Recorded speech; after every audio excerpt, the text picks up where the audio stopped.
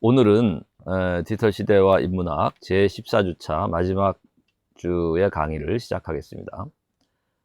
오늘 다루어질 내용은 4부 디지털 시대와 세계라는 큰 테마 중에서도 1장인 디지털 시대와 마음의 정신의 치유, 세계의 치유죠.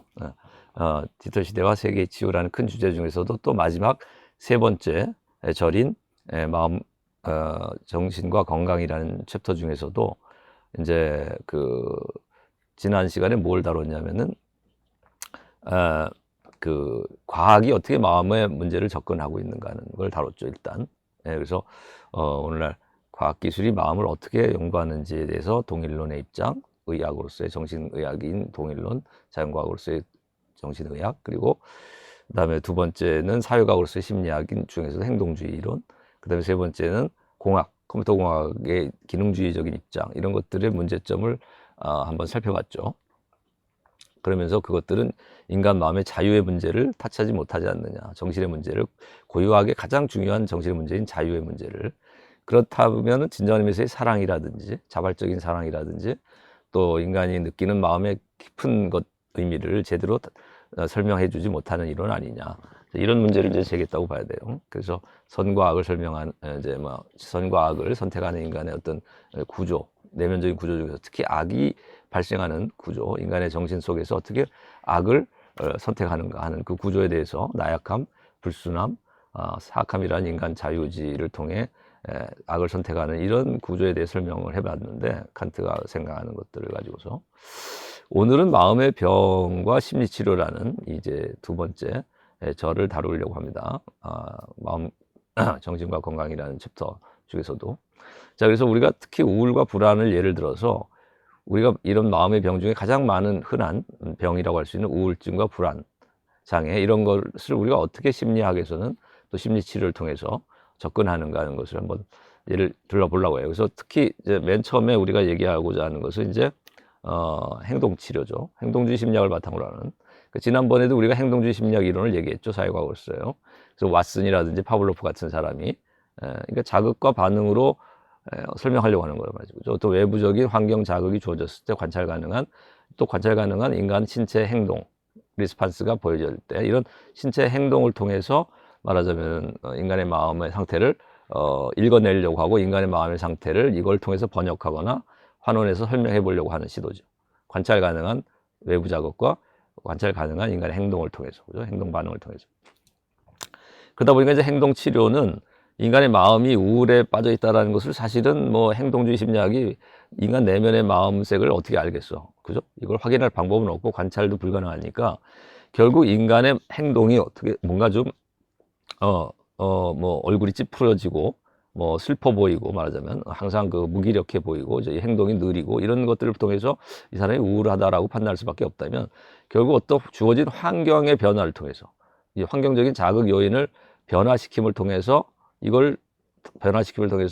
반응을 거기에 또 다른 반응을 바꾸어 나타나도록 이걸 유도하는 것이죠. 이런 조건에 따라서 결정된 반응이라고 생각하니까 결국 원인을 바꿔줌을 통해서 이 결과로서의 어떤 인간의 반응을 변화시켜 보는 것, 이게 치료다라고 생각하는 거지, 행동치료는. 그러니까 행동치료라는 것은 행동의 반응을 바꿔주려고 하는 건데, 변화시키려고 하는 건데, 예를 들면 표정이 항상 이렇게 찌글찌글하고 이렇게 일그러뜨린 표정을 하고 있고, 예를 들면 무기력하게 몸이 느리게 움직이고, 이런 게 만일 우울증이라고 행동주의 심리학에서 정의를 내렸다면, 이런 느린 행동 반응과 표정이 찌근거린 표정을 항상 짓는 이런 표정을 변화시키기 위해서 다른 자극을 가한다는 거죠. 그러니까 잘못된 조건 형성으로 인한 원인이 거기에 있다고 보고, 즉 어떤 환경 자극에 반응하는 이런 인간의 행동이 잘못된 방식으로 이것이 인과관계가 형성됐다는 거예요. 조건 형성이 잘못됐다는 거지. 어떤 자극에 제대로 된 반응을 보지 못한다는 거죠. 좋은 반응을 보지 못했다는 거죠. 적응된 반응을. 또 이를 위해서는 이제 제대로 된 보상이 부족했거나 처벌이 또한 너무 가혹했을 때도 이런 부적응한 어떤 반응, 적절하지 못한 반응을 보인다는 거죠. 우울이나 불안의 증세를 보인다는 것은. 항상 긴장하고 초조해하고, 표정이 항상 울그락불그락하고, 몸이 그냥 안절부절하고, 이리 갔다 저리 갔다 움직이고, 이러면은 이 불안, 장애에 걸린 인간이라고 예를 들면 판단할 텐데, 행동주의 관점에서는, 그죠? 이것도 역시 뭔가 어떤 그 원인이 되는 어떤 자극이, 예, 자극이 주어졌을 때 어떤 뭐랄까 잘못된 반응을 보이는 것이라고 보여진다는 거죠. 그래서 이런 조건 형성이, 인과관계의 형성이 잘못됐기 때문이다라고 보고, 그러기 위해서는 결국 이 조건을 바꿔주는 것이지 뭐, 그죠? 재학습을 시키는 것인데, 아까 말한 자극 반응의 이 관계를 다시 학습시키는 것이죠. 그래서 자극에 긍정적으로 반응을 나타내도록, 예를 들어 표정도 밝고, 행동도 불안하지 않게, 그러니까 행동도 이래졌다 저래졌다 뛰어다니거나 뭐 어떤 움직임이 느려져 가지고 우울해 가지고 뭐 하여튼 우울해 보이는 그런 느릿느릿한 행동을 보이는 반응이 아닌 좀 빠릿빠릿한 적극적인 반응을 보이고 표정도 밝게 해주고, 이런 반응을 보이도록 이 자극의 조건, 이 조건 관계를 변화시켜서 이에 대한 반응이 다른 새로운 긍정적인 반응이 나타나도록 유도한다는 거지. 그러니까 이 자극을 바꿔줌을 통해서, 그죠? 그래서 부적응 반응을 감소시키고 긍정적인 적응 반응을 촉진시키는. 그러니까 이게 이제 재학습시킨다는 거예요. 이건. 그러니까 인간의 행동은, 인간의 마음도 결국 이 구조로 설명하는 것이니까, 결국 인간의 마음도 이런 조건에 결정된 존재라고 본다면, 환경 조건을 바꿔주면 변화될 거다. 그러니까 예를 들면 항상 표정을 찡그리고 느릿느릿 움직인다면, 한번 그 사람 격려금을 한번 줘봐. 보너스 돈을 한번 줘봐. 그러면 표정이 갑자기 밝아지고, 빨리빨리 움직임이 있다. 그럼 우울증 치료됐어. 끝. 해결됐네. 치료됐네. 자, 이렇게 하는 치료라는 거지, 행동 치료는. 그죠? 어떤 사람이 막 불안해하고, 그러니까 불안하다는 것을 행동주의에서는 막 이리 뛰고 저리 뛰고 항상 움직임이 너무 분주하고 왔다리 갔다리 하고 갈피를 못 잡고, 그리고 막 얼굴 표정도 막 울그락불그락 막 그냥 흥분돼 있고, 이게 이제 뭔가 불안한 모습이다라고 이제 만일 이걸 행동주의 심리학에서 그런 식으로 불안을 정의했다면, 그러면 좀 얌전하고 좀 침착한 행동을 나타나도록 조건을 바꿔준다는 거죠. 뭐 혹시 그가 살고 있는 환경이 뭐 너무 청소도 안 돼 있고 더럽고 또 부모가 막 싸우는 그런 부모의 그 관계가 안 좋은 그런 환경에서 자랐나? 그러면 이 애를 갖다 다른 데다 입양시켜봐. 뭐 친척집이나 뭐 안정적이고 아주 그 관계가 좋은 그 부부 관계가 아주 좋고 화목한 그런 집안으로 예를 들면 입양을 시켜봐. 그러면 애가 불안한, 그러니까 이리저리 뛰고 막 얼굴이 불락불락하고 항상 불안 초조해하는 그런 행동에서 벗어나지 않겠나? 긍정적인 반응을 보이지 않는가, 이런 환경에서는? 그럼 재학습이 된 거고 이제 행동이 치료됐다. 불안 증세 치료 끝. 이렇게 얘기한다는 거예요. 그죠? 이게 행동 치료야. 근데 근본적으로 이제 뭐 어떤 결정론이죠, 이거. 그죠? 어떤 자극 환경에 중요하다는 거지. 자극 환경에 반응하는 존재니까, 인간을. 이렇게 보니까 항상. 자, 이제 그 정도로 얘기하고, 행동치료. 그 다음에 인지치료. 인지치료는, 우리가 이제 뭐냐면, 그 원인은, 그러니까 어떤 우울하고 불안한 원인은, 예를 들어 우울 같은 경우는 비합리적으로 항상 생각이 비합리적이야. 또 항상 부정적이야, 생각이. 그 다음에 어떤 또 불안의 경우는 어떤 위험한 것만 맨날 먼저 파악하려고 해. 위험 요인만 맨날 먼저 생각해. 그래서 너무 왜곡하고 과장되게 생각해, 그거를. 그러니까 위험 요인을 너무 과장되게 생각하고 항상 위험적인 측면만, 위기의식만 항상 가지고 살고 왜곡시켜서 그것만 확대해서 가니까 불안한 불안한 마음을 갖게 되는 거고, 항상 비논리적이고 비합리적이고 뭔가 부정적이고 항상 이런 생각 가지고 이런 태도로 사니까 우울하지, 이렇게 생각하는 거죠. 그죠? 원인을 여기서 찾는 거죠. 인간의 인지적인 차원에서 인간의 어떤 사고방식의 패턴이라든지 부정적인 사고 패턴이라든지 뭐 위험을 너무 인식하고 위험을 너무 예민하게 위험에 말하자면 경각심을 갖고 살아가는 이런 태도가 말하자면 그 불안을 야기한다, 이렇게 생각하는 거죠. 이런 사고방식이 위험을 너무 민감하게 반응하는 위험을 너무 느끼는 사고방식, 위험을 중요시하는 사고방식, 또 부정적이고 비논리적인 사고방식이 인간을 우울하게 만드는 거 아니냐, 이렇게 생각합니다. 그러니까 이 치료는 결국 이 사고방식을 바꾸는 거죠. 너무나 이제 위험을 의식하는 것을 줄이게 만들고, 너무 위험 요인만 생각하지 말고, 뭐 어떤 성공적인 측면, 너무 실패만 먼저 생각하게 하지 말고, 항상 일을 할 때 실패보다는 성공적인 측면을 먼저 생각하게 한다든가, 비합리적으로 부정적으로 항상 그 태도를 가지고 살아가는 사람들은, 신념을 갖는 사람들은 또 비논리적인 어떤 흑백 논리를 가지고 살고 이분법적으로 살고 성급한 일반화를 하고 항상 선택적인 자기가 어떤 유리한 측면만 선택해서 생각하거나 어떤 불리한 측면만 생각하고 뭐 음모론을 가지고 항상 나에게 뭔가 누가 해를 끼치려고 하고 있다라든지 이런 의심을 하고 살고 항상 확증적 편향을 가지고 어떤 측면에만 우물안 개구리식으로 빠져서 산다면 어떤 측면의 사고방식으로만 어떤 태도로만 그런 것을 개선해 나가는 것 이런 비합리적이고 비논리적인 측면 또 부정적인 측면 사고방식을 긍정적인 걸로 바꾸는 것 이걸 통해서 인지치료가 된다고 생각한다는 거죠. 그죠? 그 뭐 인지치료 예를 중에 이제 하는 이런 게 있어. 우리가 어떤 인간의 사고 방식을 바꾼다는 것이 인간의 이제 이런 거죠. 어떤 컵에 물이 이렇게 담겨 있는데 반 정도 담겨 있는데 이걸 보고 두 가지 반응이 있을 수 있다는 거지. 긍정적인 마인드와 부정적인 마인드로 반응할 수 있는데 긍정적인 마인드인 사람은 야 아직 내가 이렇게 먹고도 반이나 남아 있어. 아직 즐길 수 있겠어 많이. 응? 긍정적으로 반이나 남았다고. 근데 부정적으로 보는 사람은 아휴 이제 반밖에 없어. 큰일 났네. 금방 없어지겠네. 이게 어떡하나. 이제 이렇게 부정적으로 반응할 수 있다는 거죠. 근데 이런 것은 다 마음먹기에 달렸다는 거죠. 똑같은 건데 긍정적인 마인드로 보느냐 부정적인 마인드로 보느냐에 따라서 아유 반이나 남았네. 아유 여유 있어. 어떤 사람은 불안초조하게 어유 큰일 났어. 우울하고 불안해. 그 반밖에 안 남아서 큰일 났어 큰일 났어. 자, 이렇게 생각할 수 있다는 거죠. 이게 다 마음의 상태, 마음의 어떤 태도, 사고방식에서 온다는 거죠. 논리적인 사고방식으로. 이렇게 한쪽으로 여과시켜서 보니까 어떤 또 위험적인 요소만 보고 불리한 측면만을 너무 강조해서 인식하려고 하고 이런 사고방식이 이제 말하자면 불안을 낳고 우울을 낳는다 이렇게 생각하는 거죠. 이게 이제 인지심리학적 치료라고 볼 수 있어요. 인지치료. 자, 그 다음에 정신분석 치료는 원인을 무의식 속에서 보죠. 그러니까 우리가 이렇게 보면 빙산의 일각 속에 이제 무의식 중에서도 이제 여기가 아래가 무의식인데 여기 이드라는 게 있고, 그죠? 이걸 원초화라고도 하죠. 이드. 이게 이제 성적 본능이라든지 공격 본능 같은 건데, 본능적인 측면인데. 그 다음에 여기 이제 슈퍼에고라고 해서 초자라고 하죠, 이걸. 그리고 이걸 의식이라고도 하고 자아라고도 하고, 그죠? 이 겉으로 수면 위에 드러난 부분을, 그죠? 의식이라고도 하고, 그죠?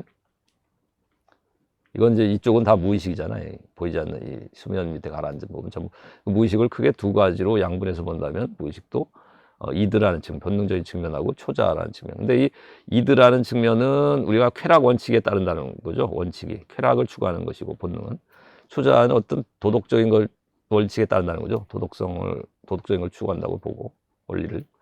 그다음에 자아는 현실 원칙에 따른다는 거죠. 어떤 계산적인 걸 아는 거죠. 이익 계산을 한다는 거죠, 항상 현실적으로. 뭐 칸트식으로 말하면 어떤 자아라는 거는 어떤 지성, 우리가 사용의 인식 능력이라고는 하지만 그 가장 낮은 수준에서의 지성을 의미한다고 볼 수 있겠죠, 그죠? 계산 능력, 현실 원칙에 따른 이 계산 능력을 가지고 살아간다는 거죠. 이익을 계산하면서 살아가는 게 인간의 의식이고 자아라는 거지.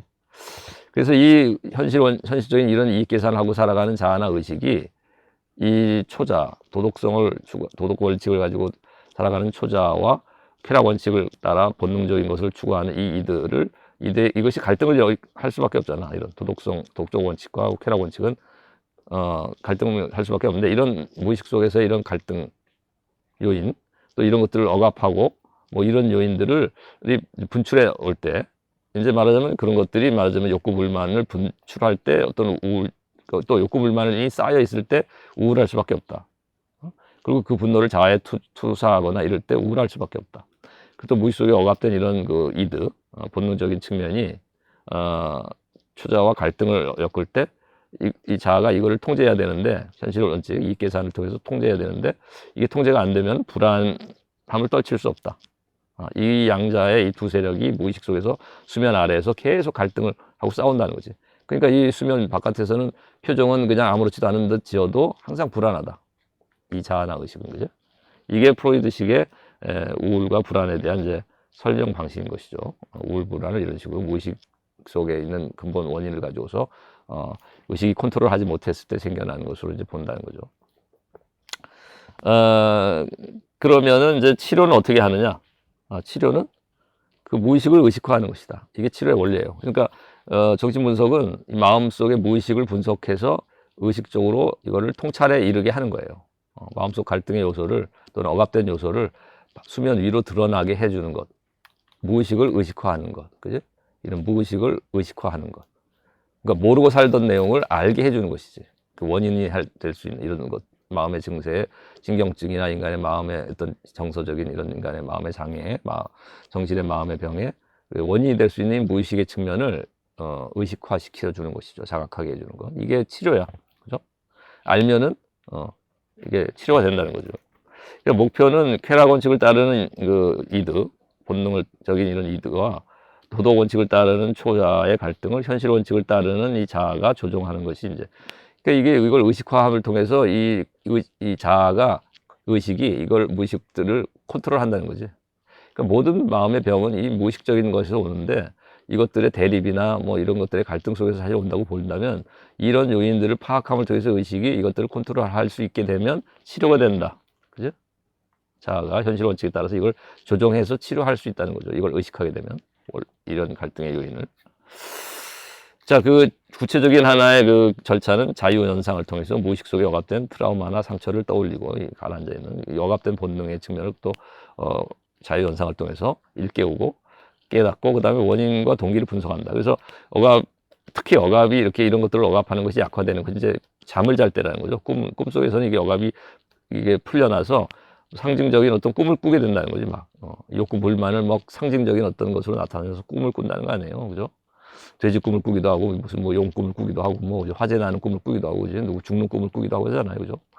이게 이제 어떤 본능이 억압됐던 것들이 꿈속에서는 살아나서 활동한다는 거죠.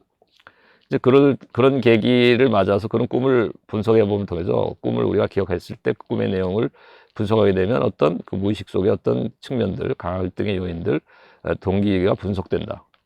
분석할 수 있다. 그 꿈 속의 상징을 그래서 해석하는 것이 중요하다는 거죠. 자유연상을 통해서 물론 떠올리는 것도 좋지만 이게 잘 안 떠오를 수가 많다는 거지. 왜냐면 억압을 하기 때문에 인간이 의식적으로 억압을 하기 때문에 우리가 평상시에는 이게 잘 억압된 내용을 잘 떠올리지 못한다는 거지. 자유연상을 통해서도. 그러면 꿈속에서는 이제 무의식적으로 나타나니까 그냥 이것이 억압이 약화돼서 그런 것을 기억할 때 혹시 이것들을 분석을 통해서 내 마음속 무의식의 구조 속에서의 갈등 요인을 파악할 수 있다. 그걸 해석해 줌을 통해서. 그러면서 통해서 이제 결국 무의식적인 이런 인간의 마음의 병의 원인은 무의식에 있다고 보니까 프로이드는 정신의 깊이에 있는 무의식을 통찰하게 된다는 거지. 그 구조를. 그 다음에 이제 이런 것들을 이제 상담사하고 하다 보면 저항 행동을 하게 되는데, 그러니까 상담을 해 나가는 과정에서 어떤 내용을 파악하려고 자꾸 질문을 하고 하면 저항을 하고 답을 안 해. 회피하거나 말을 안 하려고 하고 숨기거나. 자, 이런 행동을 한다면은 그것들을 한번 또 분석해 볼 필요가 있다. 왜 이걸 이 사람이 방어를 하고 방어 기제를 사용해서 이런 것들을 말을 안 하고 숨기려고 하는가.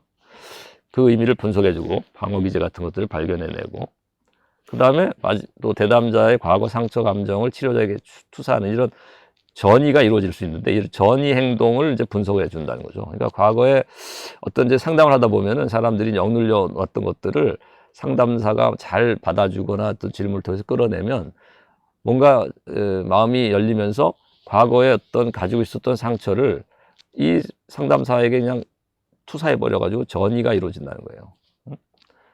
분노를 표시하기도 하고 울면서 호소하기도 하고 이런 과거의 그 트라우마로 남아있던 억눌렸던 감정이 폭발하면서 상담사에게 이것을 전가하는 투사가 이루어질 수 있다는 거지. 예를 들면 어떤 실연을 당해가지고 아픈 상처를 가진 사람이 그 실연의 상처를 마음속에 숨기고 살았는데 억압했는데 상담사가 잘 대해주고 부드럽게 아주 친절하게 상담해주고 유도해주고 질문하고 답해주고 하니까 마음이 열리면서 그 과거에 그 헤어졌던 연인인 것처럼 마치 상담사를 대하고 아쉬웠던 감정을 상담사한테 토로하고 화를 내기도 하고 슬피 울기도 하고 호소하기도 하고 이런 일이 이루어질 수 있잖아요. 그러면 이런 게 일종의 이제 말하자면은 전이가 이루어졌다고 보는 거지. 상처를 받았던 사람들의 상처를 자기에게 상처를 준 사람에게 말하자면 해야 할 그런 감정이나 그런 말이나 이런 것들을 상담사에게 이제 전이시켜 가지고 화를 내거나 또 호소하거나 이렇게 될 수 있다는 거죠. 그럼 그런 것들을 분석하면 통해서 이 사람이 과거에 그 사람들 헤어진 사람에게 이런 상처를 받았구나, 이런 감정을 가지고 있었구나, 이런 걸 알게 될 수 있다. 그래서 이제 숨겨진 이런 방어 기제나 어떤 이런 것들을 깨닫게 하고 숨은 의미를 또 발견해서 문제를 해석해 준다는 거죠. 그래서 이런 것들을 통해서 점차적으로 현실 생활에 이제 적응하도록. 그러니까 자신의 무의식의 구조와 무의식의 이런 억눌렸던 감정이나 트라우마들을 일깨워서 알게 됨을 통해서 이것을 알게 되면 점차적으로 이제 익숙해지고, 아, 내가 이랬었구나, 참. 이랬기 때문에 또 내가 이런 우울함을 내가 느끼는 거구나, 불안하구나, 이런 걸 알게 되면 점차 여기서부터 해방될 가능성이 있다는 거죠. 이런 우울, 불안의 감정으로부터, 마음의 병으로부터. 이걸 이제 반복해서 훈련하는 것을 훈습이라고 하는 거죠. 반복적인 훈련과 연습이죠. 그죠? 이런 분석들을 계속하고, 그래서 깨닫게 되는 과정, 이런 무의식의 구조를 의식하게 되는 과정을 반복함을 통해서 치료가 가능하다라고 보는 것이 정신분석 치료입니다. 그럼 너무나 오랜 시간이 걸리겠죠, 이것은. 그죠? 그럼 너무나 많은 노력이 필요합니다. 그죠? 자, 그래서 이제 이 정도로 우리가 이제 얘기를 하고, 마음 심리 치료는 철학 치료에 관한 얘기를 이제 하려고 합니다. 우리가 오늘날 아까도 지난번에도 했지만, 우리가 정신의학이 다루고 있는 그 마음에 대한 접근 방식은 너무나 환원주의적이고, 그죠?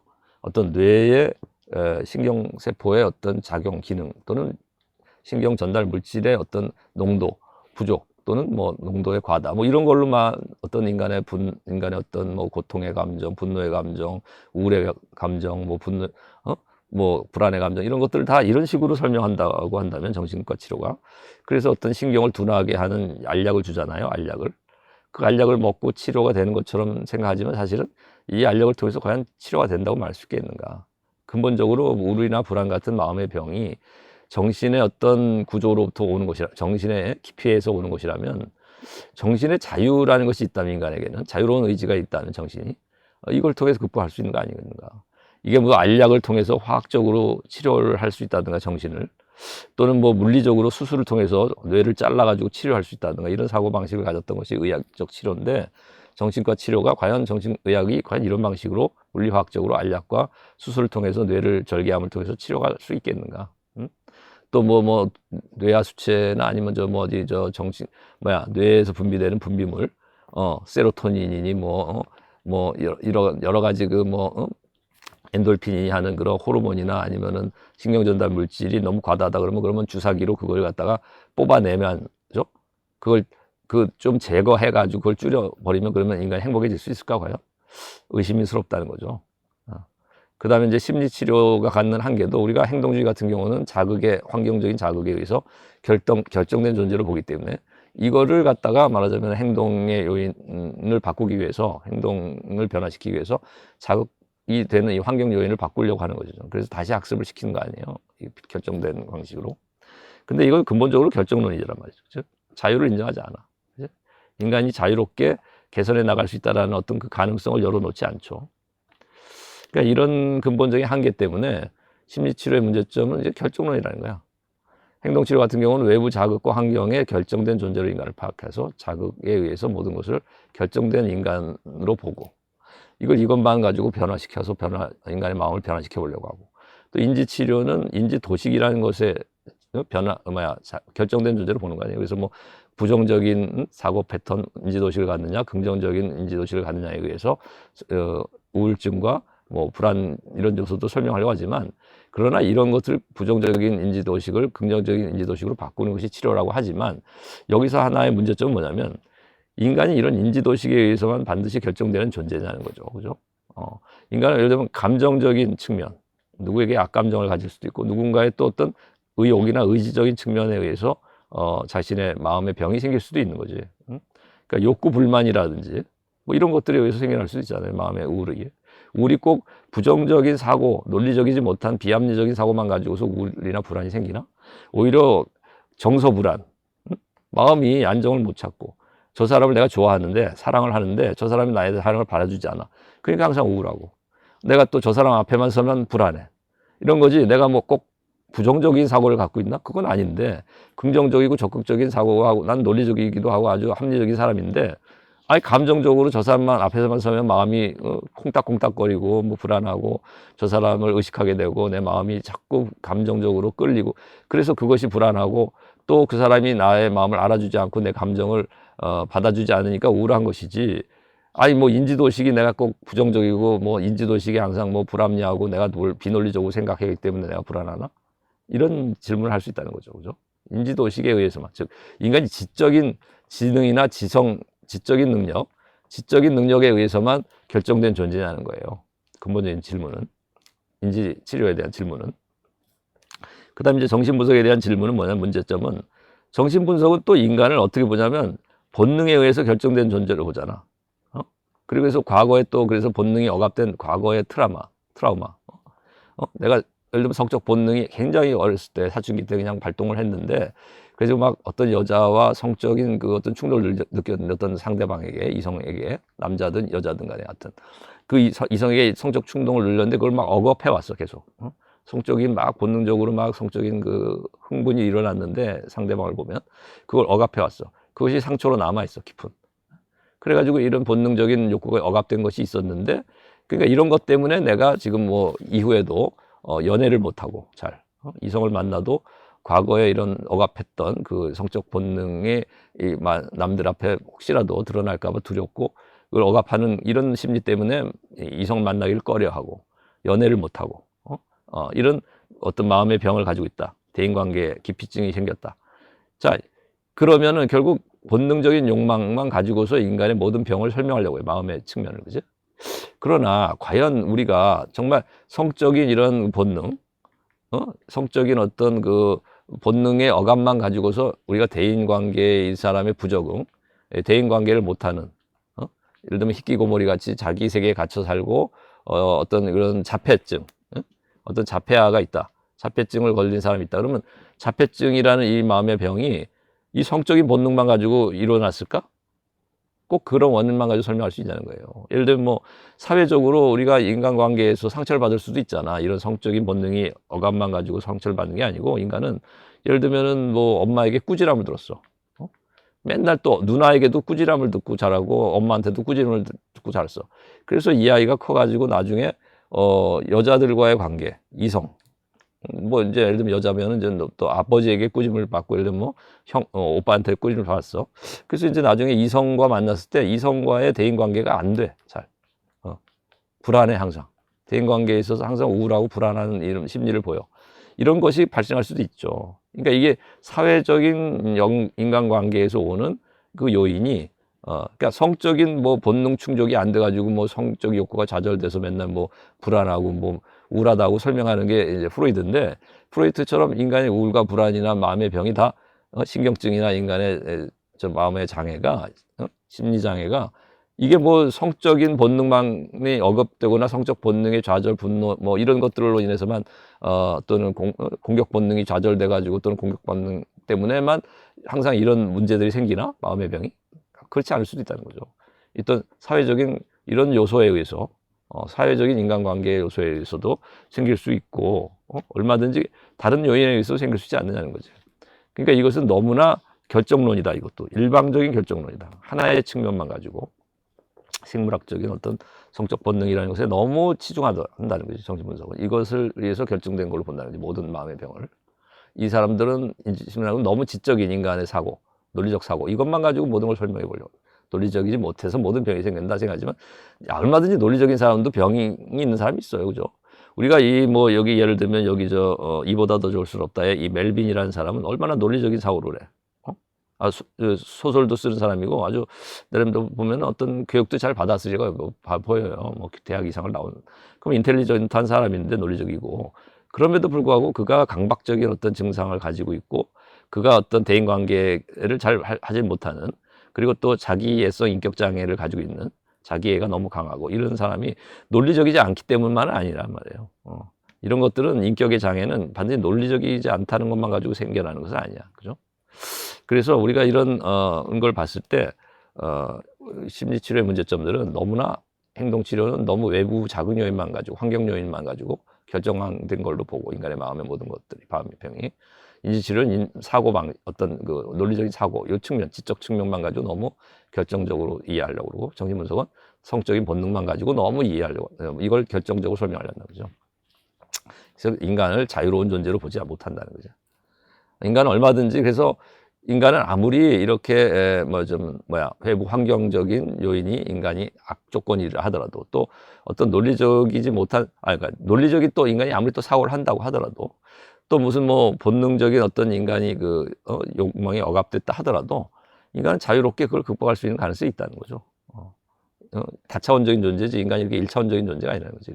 환경에만 지배되는 존재거나 사고 능력에만 지배되는 존재거나 본능에만 지배되는 이런 일차원적 존재가 아니라는 거죠, 인간은.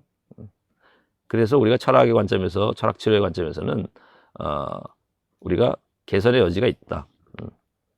이거 본다는 거죠. 자, 그래서 인간은 이런 자유의지에 의해서 미래를 새롭게 설계하고 창조할 수 있는 능력이 있고 자유로운 선택과 결단으로 미래를 향해 기투할 수 있는 존재이기도 하다는 거죠. 근데 이 얘기를 하기 전에, 자, 근데 철학에서 우울증을 그럼 어떻게 설명하느냐. 그래서 이제 우울을, 그래서 우리가 이제 심리학 치료에서는, 행동 치료에서는 외부 자극이나 환경을 바꿔줌을 통해서 치료하려고 하고, 인지 치료에서는 인지 도식을 바꿔서 부정적인 사고를 긍정적인 사고로 바꿔서 치료하려고 하고, 정신 분석은 인간의 억눌렸던 본능적인 이드 차원에서의 어떤 본능적 충동을 말하자면 억압된 충동을 의식함을 통해서 이걸 치료해 보려고 하죠. 이 우울증을. 근데 우리가 그러나 우리가 철학에 있어서는, 철학의 관점에서는 인간은 자유로운 정신적인 존재로서 인간을 인정하기 때문에, 또 책임 있는 주체로서 인격적으로 인간을 바라보기 때문에 기계적으로 이렇게 결정된 존재로 보지 않는다는 거예요. 그러니까 우리가 심리치료의 문제점은 다 결정된 존재로 본다는 거야. 외부 자극 환경에 결정되고 인지도식에 결정되고 본능에 결정되고. 근데 인간이 과연 이런 존재냐는 거야. 얼마든지 인간은 이것들을 극복해 나갈 수 있는 자유가 있다는 거죠. 그러니까 우리가 뭐 환경 자극에 의해서만 우리가 항상 이 결정된 존재가 아니고 우울한 이유가 환경이 나쁘기 때문에 항상 우울한 게 아니고 우리가 또 우리가 뭐 마음을 부정적인 사고를 하기 때문에 항상 부합리적으로 생각하기 때문에 우울한 것이 아니고 얼마든지 다른 요인에 의해서 이런 병이 생길 수 있죠. 그죠? 또 성적인 본능 때문에만 우울한 것은 아니란 말이죠. 인간관계가 말하자면은 파탄나서 인간관계에서 어떤 상처를 입어가지고 우울할 수도 있고, 그죠? 사회적인 차원에서 생물학적인 본능만이 아니라, 또 우리가 부정적인 이런 사고 패턴만 때문에 우울한 게 아니라 우리가 정서적인 측면에서 좌절되고 정서적인 불안이 있을 수도 있고 우울이 생길 수도 있죠. 또 우리가 의지나 의욕이 좌절됨을 통해서도 불안이 생길 수 있는 것이죠. 얼마든지. 그죠? 그죠? 그래서 우리가 이런 하나의 일방적인 인과관계를 가지고서 설명하는 것은 곤란하다는 거죠. 그리고 인간이 이렇게 자극에 반드시 외부적인 환경적인 자극에 결정되기만 한 존재는 또 아니라는 거야. 그죠? 자, 그래서 그러면은 우리가 오늘날 이렇게 자유로운 존재로서 철학은 인간을 본다면, 정신적인 존재로, 그 우울증이 생기는 원인은 무엇이고 그것을 어떻게 극복할 수 있겠는가? 우울증이 생기는 원인을 철학에서는, 예를 들면 하이데거 같은 철학은, 실존 철학에서는 피투성이라는 것을 가지고 그 원인을 얘기해요. 그러니까 피투성이라는 것을 어떻게 보면 인간이 갖고 있는 유한한 한계야, 항상. 이건 인간 실존의 근본 구조 속에 있는 것이죠. 예를 들면 지난번에 실존 철학이 인간을 상황 속의 자유로 본다고 했죠. 근데 이 상황성이라는 것이 바로 피투성을 얘기하는 거예요. 그렇죠? 그러니까 내가 어떤 상황에 처해져 있다는 거예요, 항상. 근데 이거는 내가 선택한 게 아니잖아, 자유롭게. 그러니까 물론 인간은 자유롭게 이것을 개선할 여지가 있기 때문에, 자유의 가능성을 가지고 항상 이 상황을 바꿔나갈 수 있죠. 그렇기 때문에 물론 이런 우울증도 치료가 가능한, 극복하기 가능한 근본적인 원동력은 여기서 찾아질 수 있는 거지만, 그러나 인간이 우울하게 된 원인은 사실은 자유롭기 때문이라기보다는 상황 속에 처해 있기 때문이야. 근데 이 상황은 내가 선택한 것이 아니기 때문에 우울할 수 있는 거예요. 그러니까 예를 들면은 이게 피투성인데, 상황 속에 처해 있는 게 내 세계 속에 던져져 있다는 뜻이란 말이죠. 상황 속에. 예를 들면 이런 거죠. 여러분이 우울한 이유 중에 하나가 내가 왜 하필이면 남자로 태어나서 이러냐. 내가 여자로 태어났으면, 예쁜 여자로 태어났으면 나는 오히려 행복했을 텐데. 어떤 여자는 또 여학생은 내가 왜 여자로 태어나서 이 고생해, 무시당해, 내가 왜 나 남자로 태어났으면 내가 떵떵거리고 잘 살 텐데, 아주 적극적으로 더 사회생활을 할 수 있을 텐데.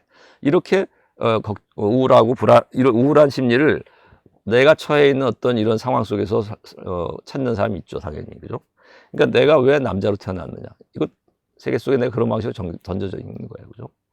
또 내가 왜 하필이면 2000년대에 태어났느냐. 내가 조선시대나 고려시대에 태어나지. 또 어떤 사람은 왜 내가 하필이면 이 장소도 유럽이나 저 더 선진국인 미국에서 태어났으면 얼마나 좋았을까. 영어도 잘하고, 세계화 시대에 얼마나 세계를 무대로 잘 살 수 있을까. 내가 왜 하필이면 이 작은 나라인 이 한국에서 태어나가지고 이 고생이야 하는 사람이 있을 수가 있어. 그죠? 자, 이런 것들은 하나의 상황에 처해져 있는 거고 여러분이 선택한 게 아니란 말이죠. 내가 왜 부자로서 태어나지 부잣집에서 안 태어나고 우리 어머니 아버지는 가난한 내가 이런 환경 속에서 나를 낳았을까? 자, 이것도 하나의 내가 내던져져 있는 하나의 상황이죠. 필수성이고. 자, 이런 것 때문에 사실은 우울해질 수도 있는 거라는 거지, 인간이. 그죠? 근데 이제 이런 것이 단지 어떤 생각을 부정적으로 하기 때문이만도 아니고, 인간이 실존적인 하나의 구조 속에서 내가 이런, 우울이 발생할 수 있다는 거죠. 인간으로서 태어났다는 것 자체가 하나의. 내가 인간이기 때문에 또 우울한 것일 수도 있어, 어떤 면에서는. 그죠? 유한하기 때문에. 내가 왜 모든 것을 다 할 수 있는 신이 아닌 인간일까? 이런 것이 인간을 우울하게 하는 사람도 있어. 그죠?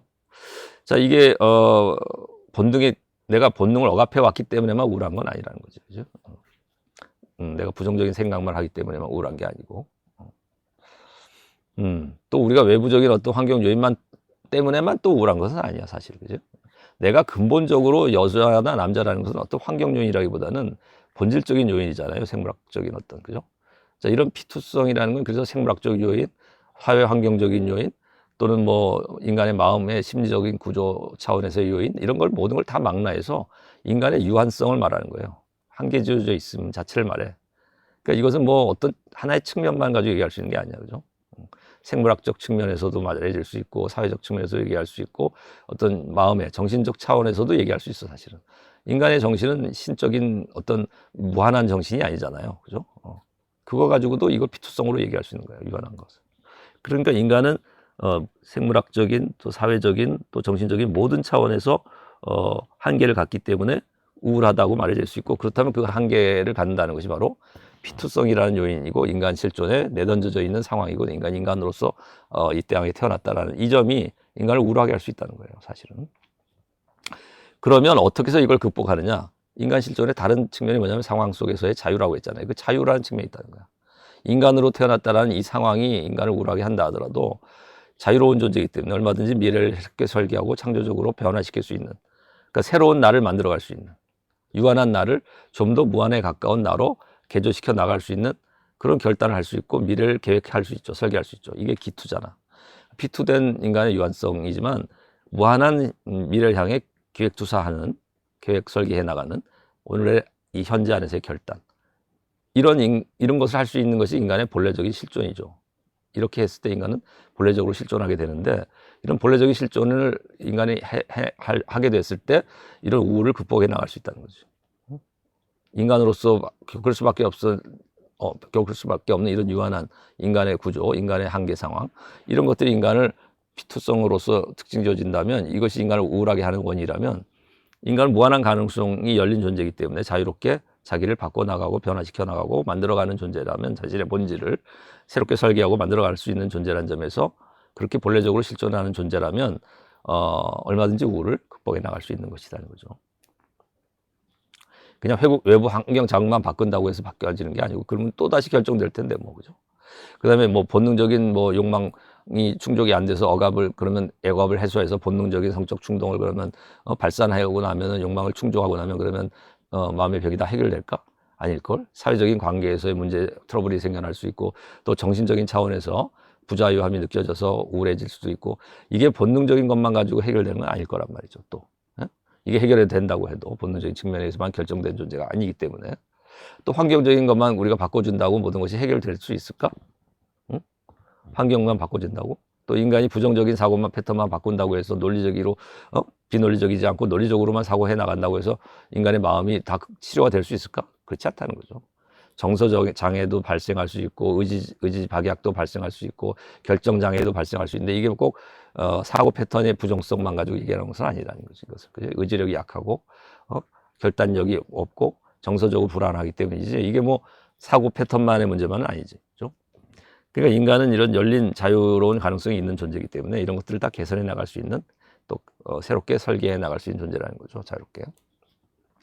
자, 그럼 우리가 불안 심리를 설명하는 하나의 한번 문제를 설명해 보자고요. 철학적 관점에서. 자, 불안을 우리가 심리학에서는 비정상적인 마음의 병으로 생각하죠. 비정상인 거고, 이것은 부적응한 어떤 마음의 상태로 보죠, 불안을. 그러나 철학에서는 오히려 인간의 어떤 본질 구조라고 할 수 있는, 인간의 가장 인간다운 본질이라고 할 수 있는 본래적 실존을 달성해 나가는데 적극적인 하나의 시발점이 될 수 있다. 불안이. 계기다. 아주 적극적인 것일 수 있다는 거죠. 적극적인 하나의 정서고 기분일 수 있다는 불안이 오히려. 철학 역설적으로도, 그죠? 역설적이게도 그것이 진정한 철학을 하는 출발점이 될 수 있다는 거죠. 그러니까 오늘날 정말 창조적인 예술을 만들어내고 또 도덕적인 결심을 하고 행위를 하고 종교적인 어떤 신앙에 이르는 어떤 실존을 해나가는, 뭐 키르케고르식으로 말하면 이제 실존의 3단계를 얘기하잖아요. 미적 실존에서 쾌락주의적인 실존에서 도덕적인 실존으로 더 나아가서 종교적 실존으로까지 얘기하는데, 이런 실존적인 결단을 해 나가는데 불안 심리가 중요한 원동력으로 작용할 수 있다면 이것은 적극적인 측면도 갖는다는 거지. 불안이라는 것이 소극적인 부정적인 측면만, 비정상적인 이런 마음의 병이라고만 얘기될 수 있는 게 아니라는 거죠. 오히려 적극적인 계기가 될 수 있다는 거지. 인간이 도약을 하고 본래적으로 자신의 실존을 말하자면 본래적인 실존을 비본래적인 방식의 삶에서 본래적인 삶으로 본래적인 실존을 말하자면은 성취해내는데 하나의 중요한 계기로 작용할 수도 있다는 거죠, 불안이. 자, 그것을 어떻게 이제 철학자들이 하나에 설명하는지 이 세 철학자를 예를 들면, 키르케고르 같은 사람은 불안을 뭐라고 설명하냐면 자유에서 나온 현기증이라고 봐요. 그러니까 자유롭기 때문에 인간은 불안하다는 거야.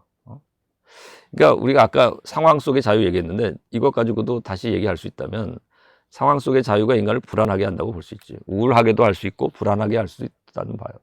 그러니까 상황이라는 것은 항상 유한하다고 그랬잖아. 인간으로서 태어난 것 자체가 유한한 거야, 사실은. 그죠? 우리가 뭐 내가 어떤 환경에서 태어났다 이걸 떠나서 인간적인 정신이라는 것 자체가 사실은 완전하지만 않고 불완전하고, 응? 자유롭다 하더라도 완전한 자유라기보다는 항상 어떤 구체적인 이런 유한한 한계 안에서의 자유고, 이게 불완전하지. 그 다음에 뭐 인간의 본능적인 측면이라는 것도 동물에 비하면 보잘것없어, 어떻게 보면. 그죠? 이게 본능적으로 동물은 냄새도 잘 맡고 또 우리가 뭐 적외선도 탐지해낼 수 있잖아요.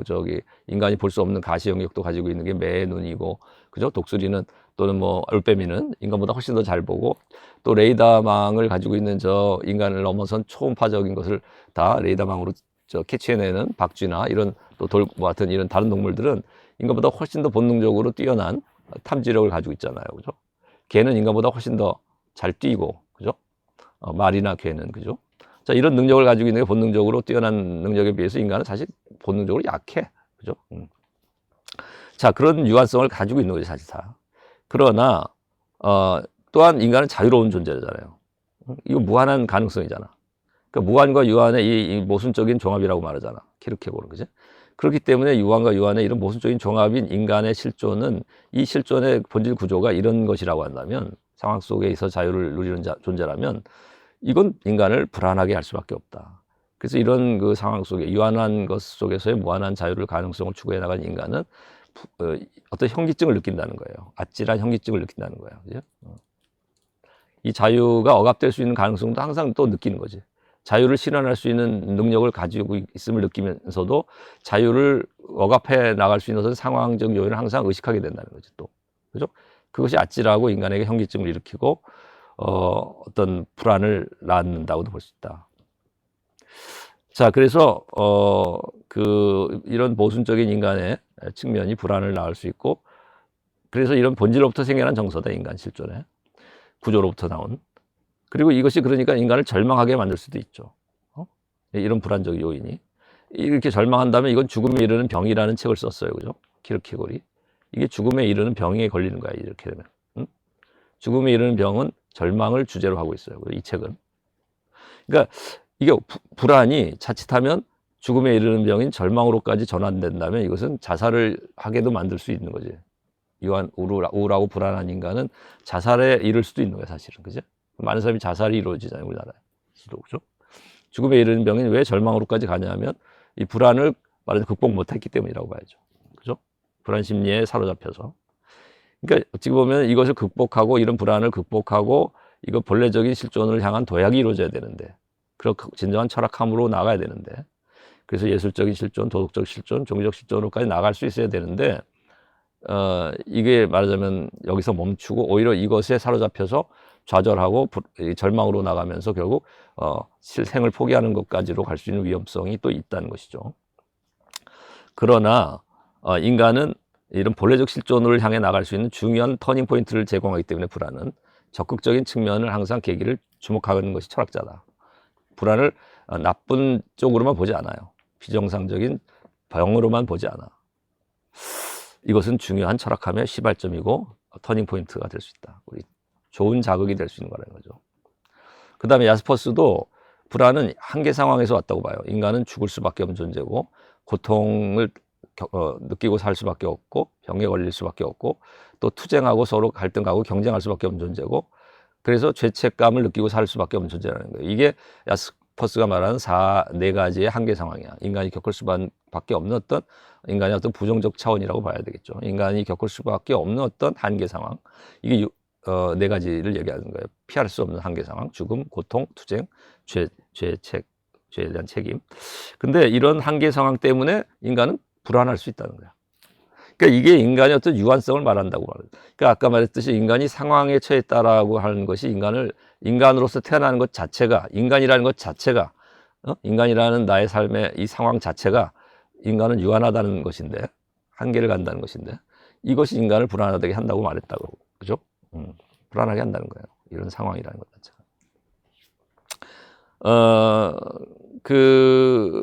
그러나 이것이 또한 적극적인 측면이 뭐냐면, 본래적 실존을 향해 나가는 계기가 된다는 거예요. 그러니까 어떤 타자와의 유대와 만남을 또 가능케 하는 계기가 된다. 그러니까 내가 이런 한계를 느끼고 내가 죽을 수밖에 없고 고통을 느끼고 투쟁을 하고 경쟁을 하고 죄의 책임감을 느낄 때 인간은 어떤 상담을 하고 누구와 대화를 터놓고 하고 친구와 만나고 또 사랑하는 사람과 사랑에 빠지고 또 부모님과의 어떤 유대를 통해서 인격적인 대화와 인간관계를 통해서 이걸 극복해 나갈 수 있는 것이란 말이죠. 이런 상황, 유한한 한계 상황을 이해하고 내가 그걸 받아들이면서 이것에 적응하고 그것을 극복해 나가는 이 과정에서 타자와의 어떤 사랑이라는 관계, 또 유대, 친구 관계, 또 형제 이런 걸 느끼면서 결국 본래적 실존을 향해 나갈 수 있겠다는 거지, 인간이. 그지?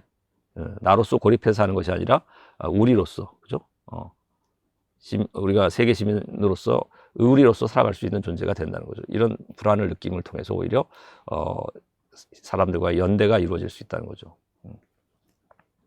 사랑하는 사람과 친구와 또 형제와 또는 다른 사람들과의 소통과 연대를 이루어 나갈 수 있다는 존재라는 거죠. 이 불안한 마음을 극복해 나가면서 하기 위해서도.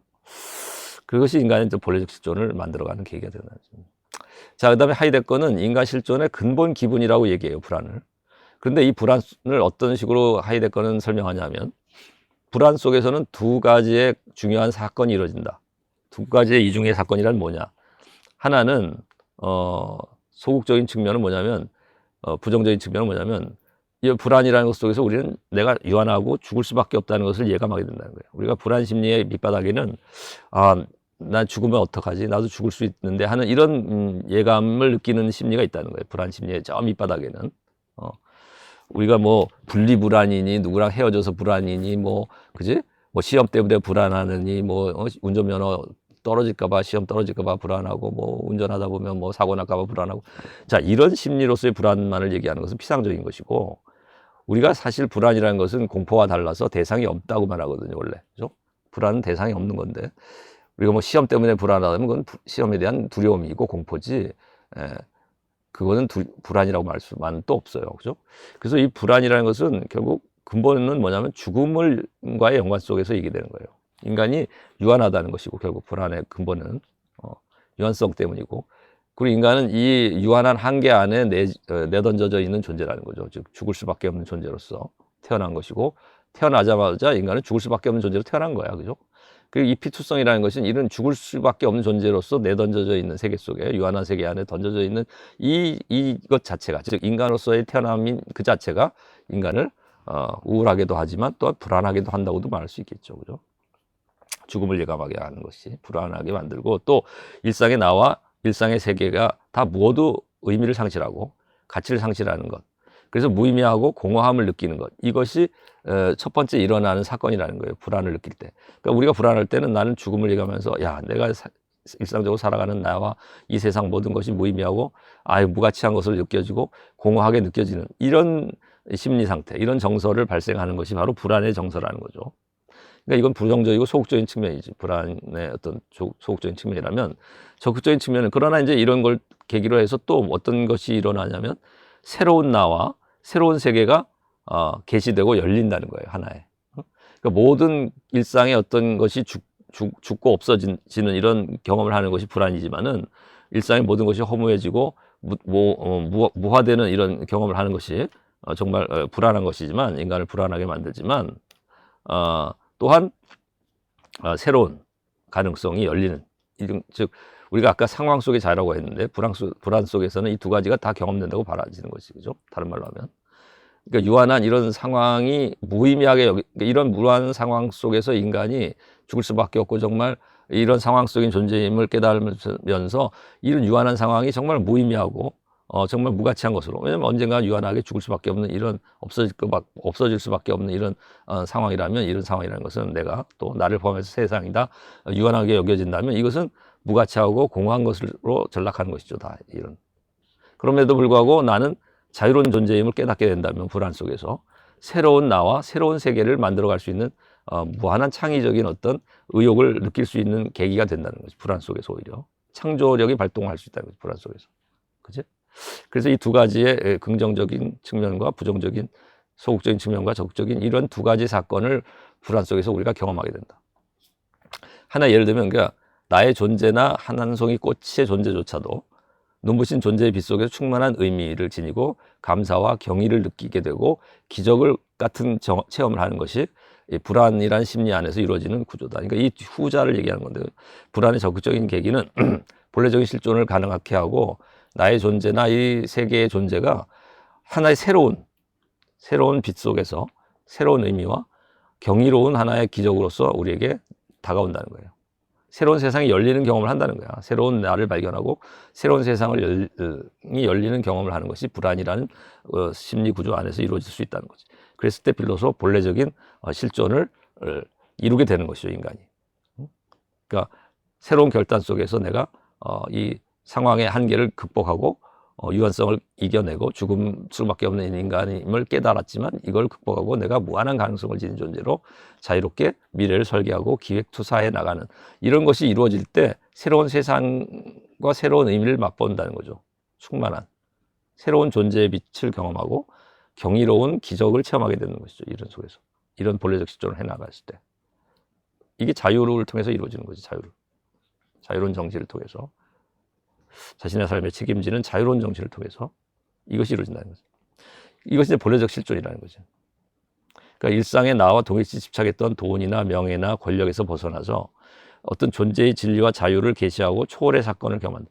그러니까 내가 유한한 나로부터 나를 초월해서 이 상황 속에 집착하는 이런 나를 벗어나서 정말 새로운 자유로운 나로서 나를 발견하고 또 새로운 세상을 경험하게 된다는 거죠. 초월의 사건을 경험한다는 거죠. 이 유한한 돈벌레였던 나, 또 명예와 권력, 정보에 집착하던 나, 여기서 벗어나서 이런 것이 곧 나다라고 생각하고 살았지만, 진짜 창조적인 하나의 가능성으로서의 나를 발견하고 새로운 결심을 하고 미래를 설계하면서 새로운 세상을 나에게 새로운 세계가 열린다는 거죠. 새로운 태양이 뜨고 새로운 세상을 경험한다는 것이죠. 자, 그래서 우리가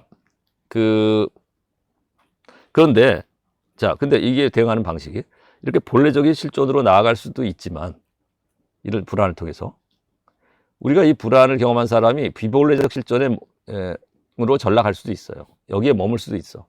어떤 방식으로 비본래적 실존에 그러면 머물게 되냐면, 우리가 나와 동일시했던 어떤 또 집착했던 어떤 돈이나 권력이나 명예가 사라질 가능성이 이제 두려워서 이 불안을 은폐하고 그 불안을 직면하고 불안을 직시하지 않고 불안으로부터 도피하고 이 불안을 억압하고 그래서 어떤 쾌락이나 오락이나 일에 중독돼서 살아가고 그렇게 될 경우 이렇게 될 경우 인간은 비본래적인 실존으로 이제 퇴락이라는 말 쓴다고 그랬죠. 퇴락한다. 종교적인 관점에서는 타락했다고 말하는데 그러니까 본래적 실존으로 결단하지 못하고 그 비본래적인 실존으로 전락하고 만다는 거죠. 이런 중독 현상으로 전락하고 만다는 거죠.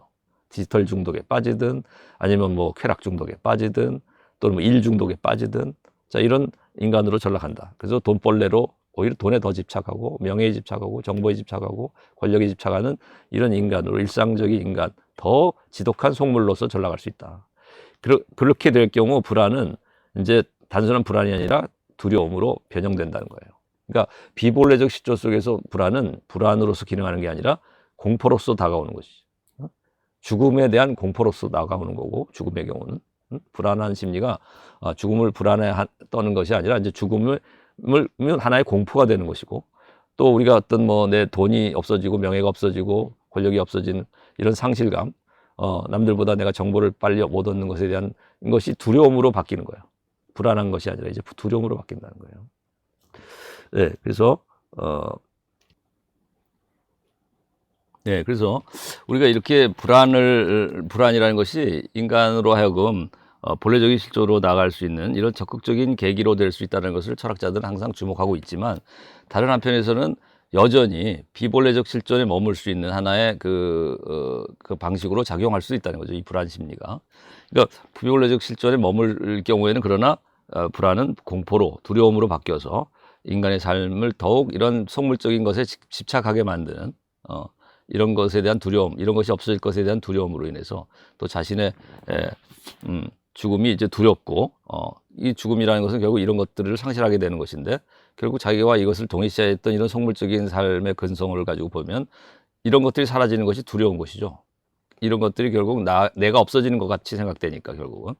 그러니까 우리가 불안을 통해서 오히려 죽음을 선고하는 이런 결단을 하고 본래적인 실존으로 나아가고 그걸 통해서 정말 경이와 어떤 기적적인 체험을 할 수도 있는가 하면 감사와 그러니까 새로운 삶의 의미를 발견할 수 있고 나의 새로운 가능성을 열어갈 수도 있고 새로운 나를 발견하는 이런 창조적인 결단의 순간이 될 수도 있지만 새로운 새 출발의 계기가 될 수 있지만 불안은 자유를 실현하는 계기가 될 수 있지만 또 다른 말로 말하면 이 과거에 집착하고 오히려 더 돈과 권력과 명예에 집착하고 이것이 없어질 것을 두려워하고 불안한 심리는 결국 이런 것에 대한 공포와 두려움으로 변형돼서 더욱더 도피하고 이런 삶의 이런 식의 일상에 도피하고 이런 집착으로 도피해 나가는 이런 중독으로 빠져나갈 수 있다는 거예요. 그러니까 우리가 오히려 불안한 사람, 어떤 불안을 경험한 사람이 어떤 이런 쾌락에 중독되고 성적인 쾌락이든 아니면 또 오락에 중독되고 어떤 일에 중독되고 이런 식의 디지털 문화에 중독되고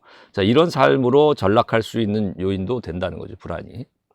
그래서 양날의 검일 수 있겠다. 불안은. 그죠? 그러니까 우리가 심리학에서 보듯이 이렇게 비정상적인 마음의 병이라고 이제 간주하는 이유는 불안을 부정적으로만 보기 때문인데 불안에는 분명히 이런 부정적 요인도 있을 수 있다는 거예요. 그죠? 양날의 검이고 그래서 부정적인 측면은 이렇게 더욱더 인간을 비본래적으로 만들어가는 하나의 계기로서 작용하는 정신의 병으로 작용할 수도 있지만 심리로 불안 심리가 그러나 인간을 진정한 인간으로 만들어가는 이런 계기로서 작용할 수도 있다는 거죠. 그렇다면은 불안은 긍정적일 수도 있는 것이죠. 더 아주 중요한 긍정적 계기가 될 수 있는 거죠. 이런 본래적 실존으로 나갈 수 있다면. 그래서 이런 항상 양날의 검이라고 생각해야 되겠다. 불안이라는 것은. 그죠? 자, 우리가 프랑클의 이제 로고테라피에 관한 얘기를 하는 것으로 우리가 이 강의를 마치려고 하는데 이거 우울불안이라는 것을 철학의 관점에서는 이런 마음의 병은 정신의 자유에 의해서 극복 가능하다고 본다는 거예요. 그죠? 이 정신의 자유를 생각하는 것이 이제 프랑클의 로고테라피의 어떤 근본 원리인데 로고테라피 이제 의미 치료라고도 하죠. 로고스와 테라피의 합성어인데 테라피는 치료라는 말이고 그죠? 로고스라는 말이 사실은 어떤 말이라는 말도 되고 어떤 우리가 뭐 의미라는 말도 될 수 있을 거예요. 그죠? 어떤 말이라든지 어떤 정신적인 어떤 이런 능력을 의미할 수 있는데 로고스가 그죠? 근데 이것이 또 생각이라는 말도 될 수 있고 로고스가 그죠? 근데 이런 말에 여러 가지 의미를 담는 로고스가 이 경우에 이제 의미를 발견하는 것에 치료 효과를 주는 하나의 포인트를 두니까 의미 치료로 번역된 거죠. 로고스가 로고스 테라피가 의미 치료로 번역된 건데 이제 공허하고 무의미한 삶에다가 새로운 의미와 새로운 가치를 발견하는데 도움을 주는 것이 이제 로고 테라피다. 자, 그래서 인간을 프랑크는 크게 세 가지 차원으로 이해해요. 하나는 생물학적인 차원, 즉 육체를 가지고 있고 인간도 또 동물처럼, 그러나 인간은 동물적인 육체만 가지고 살아가는 존재가 아니라 또 동물적인 본능만 가지고 살아가는 존재가 아니고 생물학적인 차원만 있는 게 아니라 인간은 사회적인 차원을 갖는다고 보는 거죠. 응? 사회적인 차원. 그리고 또 더 나아가서 정신적인 차원을 갖는다고 본다. 인간은. 그러니까 생물학적 차원을 갖는다는 점에서는 우리가 프로이드 본능을 강조하는, 그 다음에 사회적 차원을 갖는다고 본다는 점에서는 우리가 제2세대 정신분석학자인 아들러, 그죠? 그 다음에 이제 정신적인 차원을 갖는다는 점에서는 우리가 고유하게 제3세대 정신분석학자인 프랑클의 어떤 본인의 독창적이고 고유한 하나의 입장에 볼 수 있는 것이죠. 이런 정신적 차원을 갖고 자유로운 존재로 본다는 것이. 그러니까 우리가 이 프로이드 같은 1세대 정신분석학에서는 생물학적 차원만 가지고 인간을 이해했다는 거죠.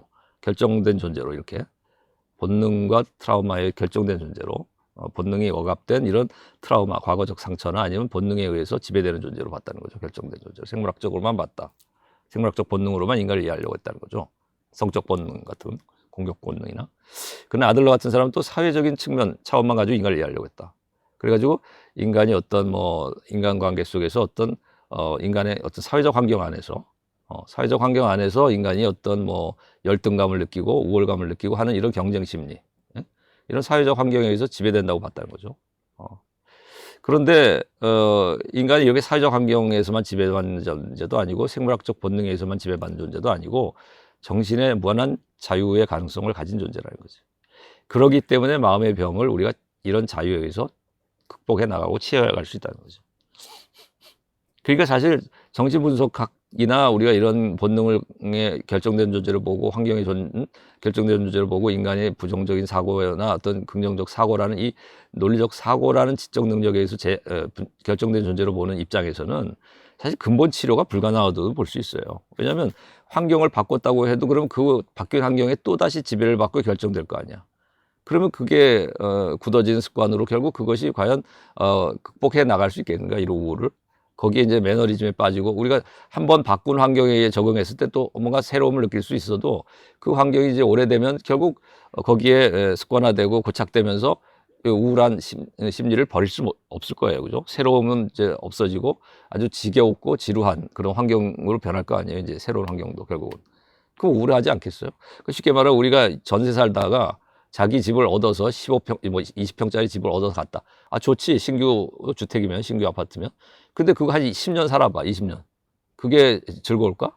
옆에 새로 신규 아파트 이제 분양하고 이럴 때 얼마나 부럽고, 우울하지. 그러니까 이런 식이야. 그죠? 그러니까 환경에 의해서 바꿔나가는 것은 물론 일시적인 치료라고 하더라도 이건 진정한 근본 치료가 될 수 없죠. 진정한 자유에 의해서 이 마음의 평화를 갖지 못하면, 그죠? 이것도 마찬가지잖아요. 부정적인 사고에서 긍정적인 사고를 바꾼다고 해서 모든 게 치료될까? 긍정적인 사고를 바꿔서 어느 정도 논리적인 부분은 개선된다 하더라도 정서 불안이 고쳐질까? 의지 박약이 결정장애가 없어질까? 아니라는 거지, 이거는. 양심적이지 못한 도덕성이 회복될까? 논리적으로 틀리지 않고 왜곡되지 않고 부정적인 사고를 개선했다고 해서 확증 편향에서 벗어났다고 해서 그가 도덕적인 선택을 할까? 그가 항상 누구를 사랑하는 마음을 가질 수 있을까? 아니잖아요. 그렇잖아요. 그죠? 본능적인 내가 욕구 불만을 의식해서 내가 이랬기 때문에 내가 항상 불안하고 우울했구나. 대인관계에서 틀렸구나. 이성관계를 내가 잘못했구나. 그걸 안다고 해서 그럼 과연 그가 모든 사회생활을 잘 해나갈 수 있을까? 이것만을 가지고서, 이것을 알게 됐다고 해서 또 다른 사회적인 충돌을 맞이할 수 있고 정신적인 어떤 충격을 받을 수도 있을 거예요. 그죠? 정신적인 트라우마가 더 큰 것을 겪을 수도 있고 사회적인 인간관계 속에서 큰 트라우마를 또 받을 수 있을 걸. 본능적인 이런 마음속에 억압된 트라우마 말고도. 그죠? 과연 이걸 극복해낼 수 있을까? 성적 본능을 분석하고 해석함을 통해서 무의식 속의 본능을 알게 된다고 해서 이게 극복될까? 사회적인 관계에서 오는 충격이, 정신적인 충격이라는 것을. 그러니까 이게 우리가 이런 문제를 제기할 수 있다는 거예요. 그래서 프랑클은 이런 단순히 하나의 차원을 가지고서 이렇게 인간의 문제를 해결하려고 하는 게 아니라 궁극적으로 이런 자유로운 정신의 차원을 통해서 무한한 가능성을 갖는 차원을 통해서 이런 것들의 억압이나 이런 제약 한계를 극복해 나갈 수 있다는 거죠. 그걸 통해서 새로운 의미와 아무리 어려운 환경 속에서도 어려운 또 이런 그 뭐 억압된 본능이 억압된 어떤 삶을 살았다 하더라도 새로운 가치와 의미를 발견해낼 수 있다는 것이죠. 자, 그래서 우리가 프랑클이 생각하는 가치는 세 종류가 있어요. 하나는 창조 가치가 있고, 경험 가치가 있고, 이제 태도 가치 세 가지인데, 우선 창조 가치라는 것은 뭐냐면은 일을 통해서 만들어나는 가치다. 그러니까 일을 만들어 우리가 창업을 한다고 생각하면 일을 만들어 프로젝트를 하고 일을 만들어감을 통해서 우리가 어떤 새로운 일들을 창출해내는 이런 창조적인 가치를 만들어가는 거죠. 창업을 하는 걸 하나의 예를 들면, 그죠? 그 다음에 사람과 만나고 사랑을 하게 되면 사람과의 관계 속에서 우리는 어떤 뭘 발견하냐면 경험 가치를 발견한다는 거죠. 인간관계를 경험하게 되고 그걸 통해서 우리가 새로운 경험을 쌓는 경험의 가치를 발견하게 되는 것이죠. 그리고 또 그런데 우리가 봐요. 어떤 일을 창업을 해서 사업을 하고 사람과의 만남을 통해서 사랑을 나누고 우정을 나눈다 해서 동료애를 나눈다고 해서 이런 경험을 쌓는다고 해서 어떤 창업을 하고 경험을 쌓는다고 해서 우리가 항상 성공하는 것만 아니야. 일이 실패를 할 수 있어. 사업에 실패할 수 있어. 인간관계에서 배신과 어떤 우리가 일탈이 발생하기도 해. 그죠? 실현을 당하기도 해. 사랑한 사람과 헤어지고 실현을 당하기도, 배신을 당하기도 하고 실현을 당하기도 하고 사업은 실패할 수도 있고. 자, 이런 고통과 좌절을 맛볼 때, 이런 골동과 갈등과 좌절을 맛보고 이런 고통을 당할 때, 그때 우리는 어떤 가치를 발견하냐면 태도 가치를 발견하게 된다는 거예요. 그래서 이 세 가지 가치를 얘기하는. 그러니까 태도 가치라는 것은 결국 이런 창조 가치를 발견한 일이 실패하고 어떤 경험을 쌓고 경험의 가치를 발견한 이런 사람과의 만남이 좌절하고 어떤 실패했을 때, 배신과 실현을 당했을 때, 거기에서 어떤 고통과 좌절과 갈등을 이런 경험하고 이런 것을 느끼면서 거기에서 어떤 선택을 우리에게 강요하잖아요. 어떤 선택을 해야만 하잖아요. 그 상황에서. 그럴 때 우리가 어떤 태도 가치를 여기서 형성해낸다는 거죠. 발견하고 또 이 태도 가치를 실현한다는 거죠. 태도 가치를 발견하면 실현한다는 거야. 그러니까 이런 고통과 좌절 속에서도, 어려움 속에서도, 배신의 상처 속에서도 우리가 자유롭게 이것을 극복해 나가고 이겨나간다면, 자유로운 정신을 통해서 이겨나간다면 그런 한 단계 업그레이드된 굉장히 높은 차원으로의 인격의 성숙을 맛볼 수 있을 거다. 그죠? 그랬을 때 그는 이제 진정한 의미에서 태도 가치를 형성한다. 그러니까 어떤 태도 변화가, 태도 변경이 이루어질 수 있다는 거죠, 이게. 그죠? 삶에서. 그러니까 이제 일에서 한번 실패해 본 사람은, 또 사람과의 만남에서 한번 실패해 본 사람은 그가 이제 태도가 바뀌어. 그죠? 이거 태도를 바꿔서 새로운 이제 인간을 대하는 태도가 바뀌고 일을 대하는 자세가 바뀌어. 훨씬 더 깊고 넓고 높은 차원에서 생각을 하고 태도를 가지고 대한다는 거죠. 그리고 더 크고 넓고 깊은 사랑을 다음에는 이제 하게 되는 것이고 그걸 통해서 더 성공적인 일을 만들어갈 수도 있을 거예요. 사업을. 그죠? 내 좌절의 경험을 잊지 않고 내가 만들었던 그 사업이 실패한 이유를 분석하고 그걸 통해서 깨달은 걸 통해서 사업에 임하는 자세가 달라진다는 거죠. 업그레이드된 자세로 대한다는 거죠. 사람의 관계도, 사람을 경험하는 방식도 이 태도가 달라지는 것이죠. 그죠? 업그레이드된 인간 삶의 자세로. 우리가 사랑의 블랙홀에서 필이라는 이제 주인공, 이 남자가 필이에요. 그죠? 필 코너스라는 사람인데, 필로소피의 약자니까 사실은 필로소피를 할 수 있는 그런 사람이야. 철학자가 돼야 될 사람인데, 여기서는 굉장히 속물로 나오죠. 처음에. 그죠? 속물이고 자기밖에 모르고 자기에서 인격장애에 갇혀서 자기 안에 우물한 개구리고 정말 자기가 세상의 전부인 줄 알고 지잘난 맛에서 사는 사람이에요. 그리고 아주 시니컬하게 다른 사람을 비웃고 조소하고 진정한 대화를 나누는 게 아니라 정말 다른 사람 비꼬기나 하고 어떻게 보면 이 사람도 마찬가지야. 또 이보다 좋을 수 없어요. 멜빈도 마찬가지야. 필이나 다 성격이 비슷해. 아주 남을 비웃고 자기밖에 몰라. 자기애성 인격장애. 자기애성 인격장애. 이 다. 그런데다가 남을 진정한 의미에서 사랑할 줄도 몰라. 그죠? 배려할 줄도 몰라. 그런데 한 여인들과 만나게 되면서 진정한 인간관계를 하게 되고 거기에서 또 좌절도 겪게 되고, 그죠? 이런 경험을 하면서 처음에 이제 이 필 코너스는 일 중독에 빠졌다고도 볼 수 있는 사람이었는데, 진정한 한 인간관계를 통해서 또 여기에 좌절을 맛보고, 어떻게 사랑이 실패함을 맛봄을 통해서 오히려 더욱더 깊어진 이 태도 변경이 이루어지고, 그걸 통해서 더욱 깊은 사랑으로 발전되게 되는 것이죠. 그러면서 한 단계 인격이 성숙해지면서 결국 사랑에 성공하게 되는 것이고, 인간관계에서도 다시 더 이 만남을 다시 회복하게 되고, 관계를 회복하게 되고, 더 깊은 사랑에 도달하게 되는 것이죠. 그죠? 그래서 이보다 더 좋을 순 없다. 이제 멜빈은 사실 자기애성 인격장애고, 정말 시니컬하게 남을 비웃기만 하던 이런 인간이 You make me wanna be a better man, 이런 말을 고백을 하게 만들어, 이 여자에게. 그래서 고백을 하죠. 그래서 당신은 내가 더 좋은 남자, 더 좋은 사람이 되도록 원하게 나를 만들었다. 그게 나의 삶의 변화를 가져왔다, 당신과의 만남이. 그래서 이 여자를 칭찬해 달라고 하니까 이제 그런 식의 표현을 하는 거야. 그죠? 그러니까 사실 뭐 자기애성 인격장애를 가진 사람으로서는 이보다 더 남을 칭찬할 수 있는 말이 없던 거야. 자기 위주로 일단 생각할 수밖에 없었던 거죠. 그러니까 you make me wanna be a better man. 그지? 당신은 나로 하여금 더 좋은 남자, 더 좋은 사람이 될 수 있도록 그렇게 의욕을 갖게 만들어 줬다. 그래서 이제 이보다 더 좋을 수 없다의 그 멜빈의 고백이나, 필 코너스도 결국 이제 이 여자와의 사랑이 성취되는데, 자기밖에 모르던 인간이, 이기적인 인간이 변화돼서 다른 사람을, 이타적인 삶으로 변화되죠. 다른 사람을 돕고 항상 주변의 사람들을 도와주는. 그러니까 이 영화는 사실 타임 루프라는 그 최초의 영화예요. 그 시간에 갇힌, 24시간에 갇힌 영화야. 그래서 매일이 반복되는 거예요. 그러니까 수십 번 반복돼, 이 영화에서도. 그죠? 그러면서 처음에는 이제 매너리에 빠지고, 이 출세지향적이고 자기밖에 모르는 이 사람은 결국 이 시골 마을에 갇히자 24시간이 계속 반복되는 삶을 하니까 지긋지긋하고 자살을 하기도 하죠. 일탈을 하기도 하고. 그죠? 다른 사람을 뭐 유혹하기도 하고, 또 도둑질도 해보고, 그러다가 그것도 이제 지겨워지니까 자살을 시도해서 온갖 방식의 다 자살을 해봐요. 그죠? 권총 자살, 뭐 전기 충격으로 인한 자살, 자동차 사고로 인한 자살, 뭐 별의별 자살을 다 해보죠. 물에 빠져 죽기도 하고, 건물에서 뛰어내리기도 하고. 근데 그럴 때마다 정확히 아침 그 시간이 되면 또 깨어나지. 그러니까 이런 반복된 삶을 통해서 결국 이 사람이 이제 자기밖에 모르고 살던 사람이 주변의 사람들을 하나하나 도우는 삶으로 변해. 태도가 바뀌어. 태도 변경이 이루어져요. 태도 변경이 이루어져서 결국 성숙한 인격으로 변화되는 것이죠. 그랬을 때 잃어버렸던 사랑을 되찾게 되는 것이죠. 또 인간관계도 회복되는 것이고.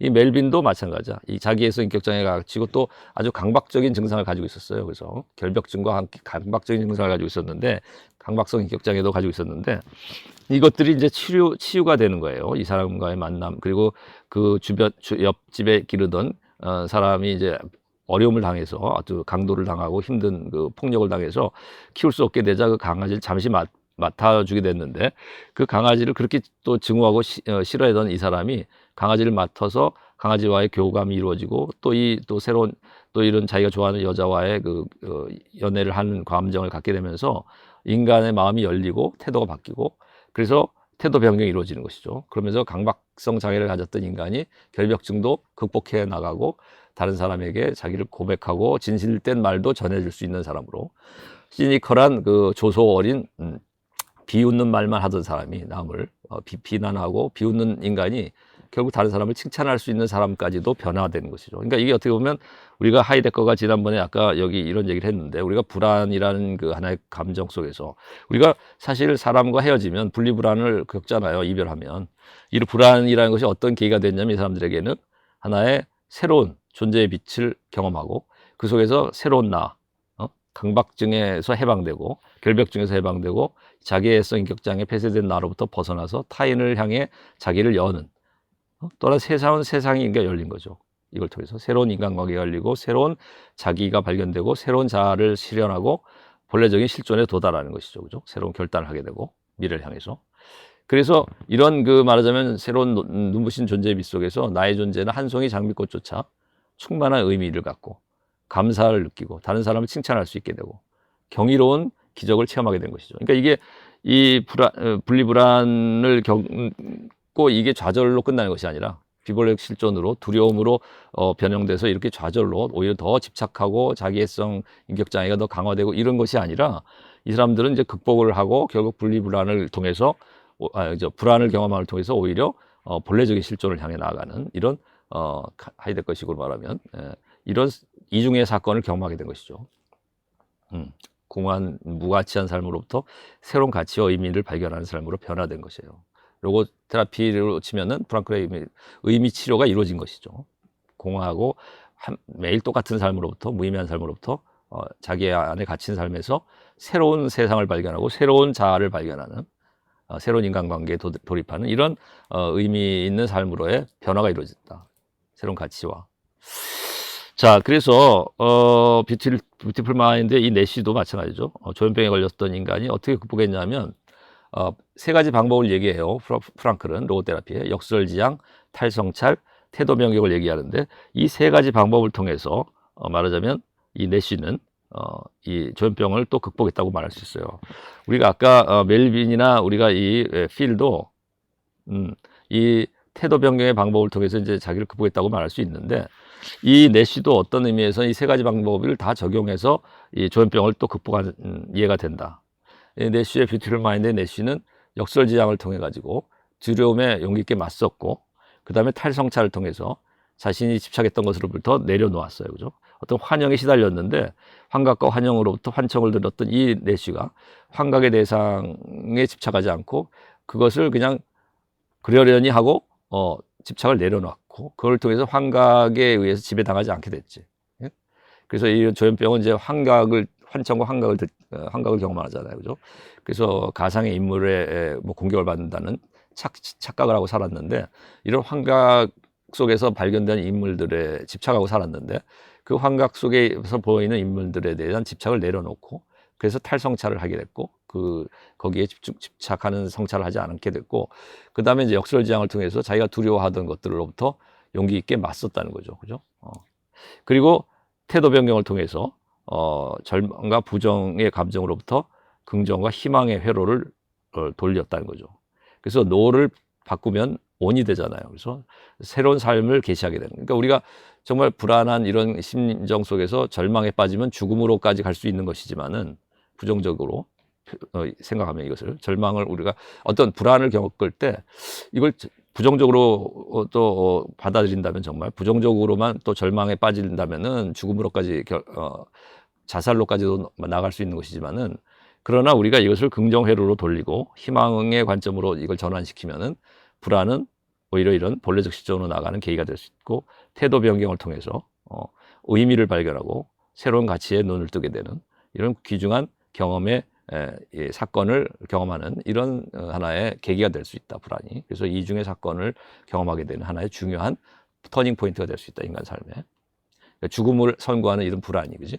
죽음에 대한 불안이 하이데거 같은 경우 보면. 예, 그래서 우리가 지난번에 뭡니까? 2부에서 우리가 다뤘던 실존과 자유, 거기서 다뤘던 내용하고 많이 연결되죠. 그걸 다시 복습해도 좋을 것 같아요. 그러니까 거기서 우리가 죽음을 선고하는 하이데거의 철학을 얘기했고, 또 오늘날 그 CEO 중에 가장 유명한 스티브 잡스가 바로 이런 하이데거의 실존 철학에 심취했고, 또 아주 조예가 깊었기 때문에 그가 남긴 명언들을 보면 죽음을 인간이 용언하지 않다라는 것을 깨닫는 것이 가장 중대한 인생의 선택에 있어서 중요한 계기로 작용한다라든가 뭐 이런 표현들 통해서 결국 이런 얘기를 하는 거예요. 하이데거가 말하는 이중의 사건을 경험하는 계기가 될 수 있다는 거죠. 죽음을 미리 앞당겨 내가 유한할 수밖에 없고 내가 그것이 불안하게 만들 수 있지만 인간을 내가 유한하고 죽을 수밖에 없는 존재라는 것을 선구적으로 우리가 깨달았을 때 이건 불안할 수밖에 없겠지만은 그러나 이런 이중의 사건을 만날 수 있다는 거죠. 새로운 도약을 해나갈 수 있는 중요한 새로운 세상을 열어갈 수 있는 결심을 해나갈 수 있는 이런 중요한 계기로 작용할 수 있다는 것이 이제 우리가 스티브 잡스의 명언에도 나오는 내용의 핵심이죠. 네, 그래서 오늘은 여기까지 다루는 걸로 하겠습니다. 여러분 한 학기 동안 수고했습니다. 그래서 우리가 사실 여기서 나오는 내용들은 여러분이 앞으로의 삶을 통해서도 이 불안과 우울이라는 여러분의 이런 마음의 상처나 고통을 느낄 수밖에 없을 거예요. 앞으로 살아가면서. 또 인생에 보면은 사업에 성공할 때만 있는 것이 아니라 사업에 실패할 때도 있을 것이고 여러분이 또 인간관계에서 실패하는 경우도 발생할 거란 말이죠. 배신을 당하거나 실현을 당하는. 자, 이랬을 때 어떻게 태도 가치를 또 거기서 끌어내고 발견하고 이런 극복해 나갈 것인가, 이런 우울과 불안으로부터 이걸 극복해 나갈 것인가, 이런 좌절을 맛보았을 때 오히려 절망하지 않고 극복해 나갈 것인가, 이런데 줄 수 있는 좋은 교훈적인 하나의 방법론이고, 이런 철학 치료의 방법이기 때문에, 이런 철학적인 치료의 방법이기 때문에 새로운 의미와 가치를 다시 발견해내고 새로운 나로, 새로운 자아를 또 실현하고 새로운 세계로 나아갈 수 있는.